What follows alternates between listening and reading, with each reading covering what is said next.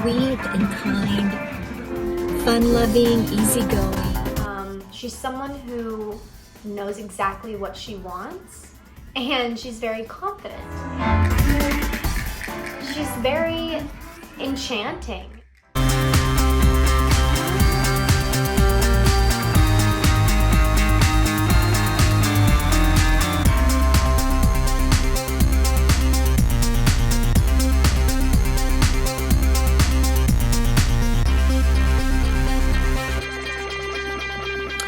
So my memories of Cameron as a child are of a very voracious reader, highly inquisitive, always trying to learn something, someone that loved to laugh and have fun, but could be extremely dedicated and committed when it came to learning something. Cameron Alexandra Conroy was born in Oklahoma City, Oklahoma on January 16, 1999. Her parents are Cynthia and Tom Conroy.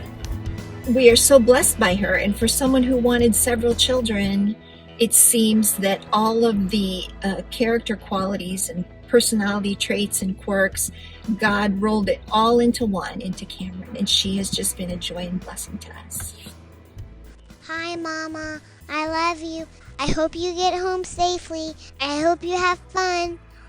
Good night. I love you. Bye-bye. I was really close with my parents and grandparents growing up. You know, I still am. I think being an only child, it really just it made it to where they were really my primary source of socialization for the first few years of my life. So I think when that's the case, it's just really easy for those bonds to become really close and tight-knit from the get-go. So, you know, my childhood was really sweet, you know, for that reason, you know, among others. But I really couldn't have asked for a better upbringing. I love Oklahoma. It's slow and it's charming, and you know, even though I left to move to New York, which I love, Oklahoma is still like the perfect place to raise a kid, in my opinion.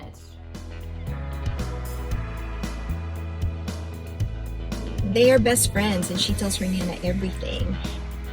Her Nana is probably, well, for sure, her person. Great imagination, had to learn to entertain herself pretty quickly as she's an only child. I think I've always been a little bit of a performer.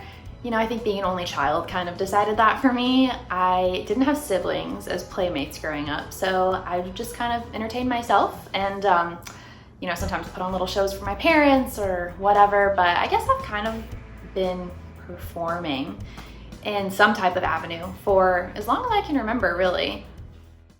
Gotta think how it starts. I know you.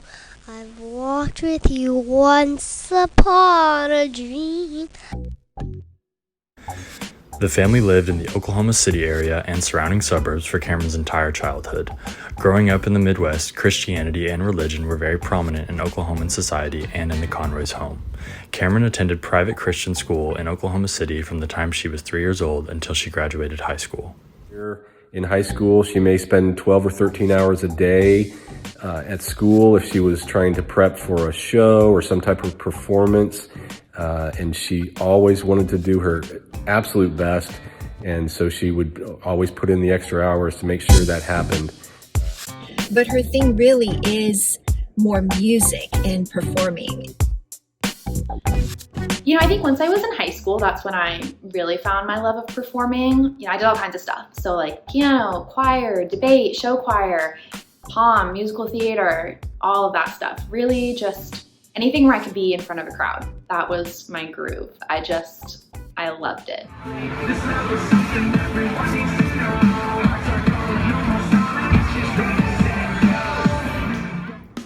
High school was tiny. You know, I graduated with 35 people, so it was really, really small. But I think since it was so small, that's kind of what gave me the opportunity to just be involved in everything.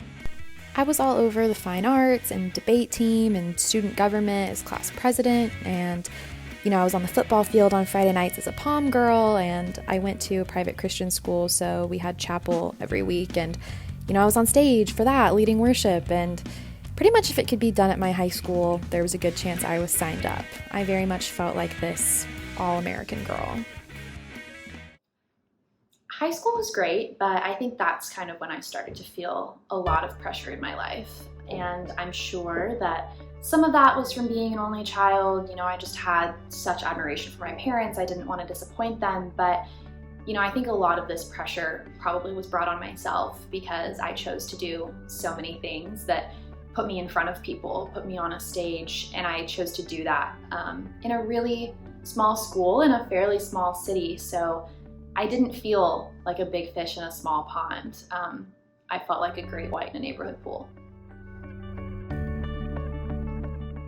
I had gone to this school since I was 3 years old. My mom had been on the school board. I was involved in pretty much everything Crossings had to offer, so people knew who I was.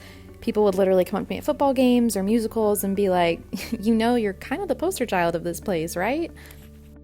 So feeling like the eyes of the school community were on me a lot just kind of made me feel this pressure of not really being able to mess up because I just didn't want to let anybody down.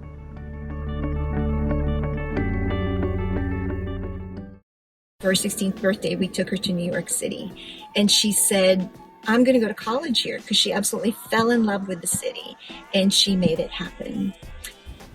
After she graduated high school, Cameron moved from Oklahoma to New York City to start college at Pace University. I think moving to New York was really exciting and really scary all at the same time. You know, I'd wanted to move here since I was 16, and so for a while that was just this pipe dream, but then, you know, like boom, all of a sudden it's reality, and it was different than I was expecting. You know, I think as things typically go with dreams, once you achieve them, it's wonderful, but it's always a little different. You know, reality is a little bit harder. And I think the anonymity of New York City just hit me like a truck. You know, I went from feeling like that great white in that little pool to this itty bitty minnow swimming in the middle of the Atlantic. So that was a pretty lonely feeling for the first few months. Cameron and I were in UNV 101 together, and we didn't know that the other person existed, really. And then one day Cameron came up to me after class and asked me about whether or not I was gonna go out for sorority at Pace, and we kind of bonded over that, and kind of just like a quick conversation, but even like from that conversation, I knew that like I wanted her to be in my life. So then fast forward to the next semester after that, and we had another class together, and Cameron saved me a seat before I got there, and we didn't really know each other that well at that point, but her doing that small gesture meant a lot to me, especially because I was having a hard time making friends.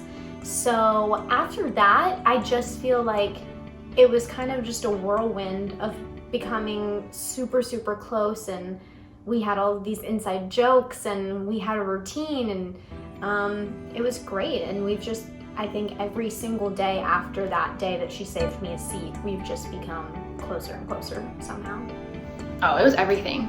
Finding friends like that just changed everything. I felt so alone that first semester. I flew home at Christmas, and I told my parents that I wanted to transfer, and they said, stick it out a year, and if you still feel this way in the summer, then we can talk. Once that girl gang was in place, once I, really had my people, I felt like everything else sort of fell into place as well. I had been missing a sense of community, so it was just overwhelmingly comforting to have met girls who were like-minded and from the same part of the country, and who were also trying to figure out who they wanted to be in New York, just like I was. But that transition from the Midwest or the South or whatever you want to call it to New York is a tough one to make at any age, but I think it's especially hard when you're 18 and you do it alone. So finding people who are doing the same thing really just made all the difference. I feel like after I knew people were along for the ride, I was able to really settle in and kind of start that personal evolution. You know, I had this question of like, who am I gonna be away from home, away from everything I've known for the past 18 years of my life? Who am I gonna be when that is stripped away and I'm just tossed into the middle of Manhattan at 18? You know, what is intrinsically me? What's going to remain?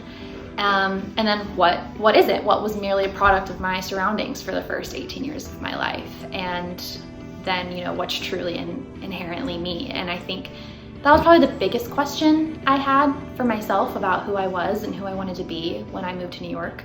And that question kind of stuck around for a couple of years. I don't think I really had a good grip on that until, maybe my junior year of college. I mean, I would say I've really come into my own in the last 4 years. I think New York has just taught me so much and opened my eyes to so many different ideas and perspectives, and it was just moving here is very enlightening to understanding the human experience. And I just am so thankful for everything New York has given me, everything it's taught me. I'm getting ready to graduate and go to law school, so a lot of really exciting stuff is coming up and is around the corner.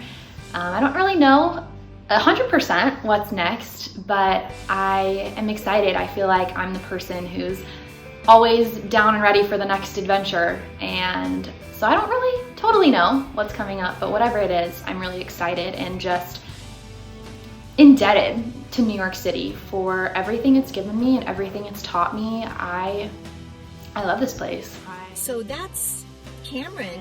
She's super driven. She is genuinely one of the nicest people you could ever meet. And if you become her friend, she will do anything for you. She just digs in, gives 110%, and just is completely dedicated once she sets her sights on something. And I think one of the greatest parts about her is that all of those things, they radiate off of her and kind of trickle into everybody that she meets.